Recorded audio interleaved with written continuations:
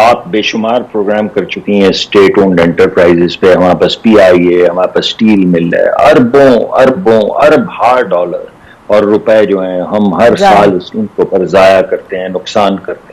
تو آپ بھی پروگرام کر چکی ہیں, دیگر جو آپ کے پڑھے لکھے جو اہل قلم اہل دانش ہیں وہ ہر وقت یہ پروگرام کرتے رہتے ہیں.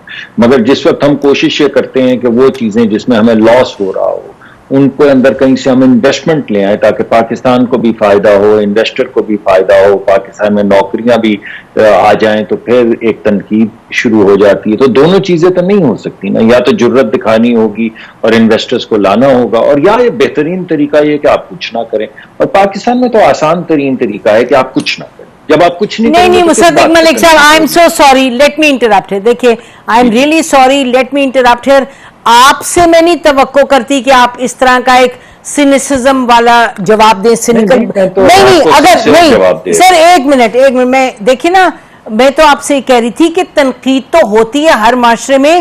آئی واز سیئنگ کہ حکومت یہ کیوں نہیں کر پاتی بہتر طریقے سے کہ جی after all economist, leading economist ہے, وہ تنقید کر رہے ہیں تو اس کا جواب ہونا چاہیے کہ دس از دا لے آؤٹ. جی دیکھیے, میں تو اسی کا جواب دینے کی کوشش کر رہا ہوں کہ ایک طریقہ کار طے کیا گیا ہے.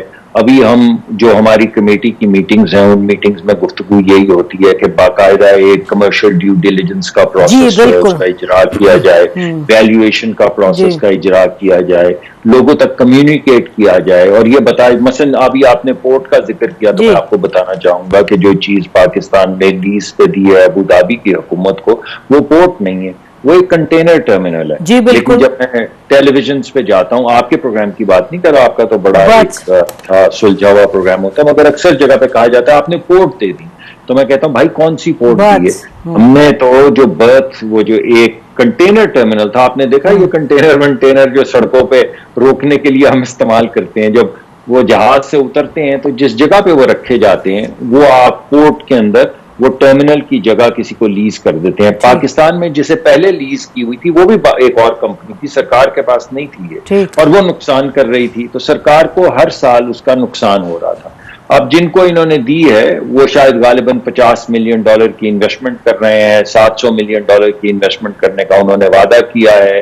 اور تو ہمیں مطلب کہ ایک بہتر جو ہر ویریبل تھا, اس جو پہلے ہمیں پیسے مل رہے تھے اس سے زیادہ پیسے مل رہے ہیں. لیکن میں پھر بھی آپ کی بات کو صحیح جانتا ہوں. میں سمجھتا ہوں کہ ہمارا بڑا ایک روبسٹ طریقہ کار ہونا چاہیے, بالکل اس طرح جس طرح انویسٹمنٹ بینکر ہوتے ہیں اس طرح ہمیں اپنا ہمارے جو ایسٹس ہیں ان کی کمپلیٹ ویلیویشن کرنے کے بعد اس سے زیادہ ویلیو کے اوپر ہمیں ان سے ٹرانزیکٹ کرنا چاہیے. اونے پونے یا گپ شپ کے اندر بڑی ٹرانزیکشنز نہ ہونی چاہیے. نہ جی, اور منصب موسٹ امپورٹنٹلی یہ کنوے ہونی چاہیے, یہ چیزیں پبلک اسپیس میں آنی چاہیے. آپ کا بہت بہت شکریہ and good luck with the rest of 1 week that پار. ناظرین, اس پوائنٹ پہ ہم بریک لیتے ہیں, بریک کے بعد واپس آئیں گے اور بات کریں گے جو براڈر اس وقت پولیٹیکل سین ہے اس پہ. Stay with us.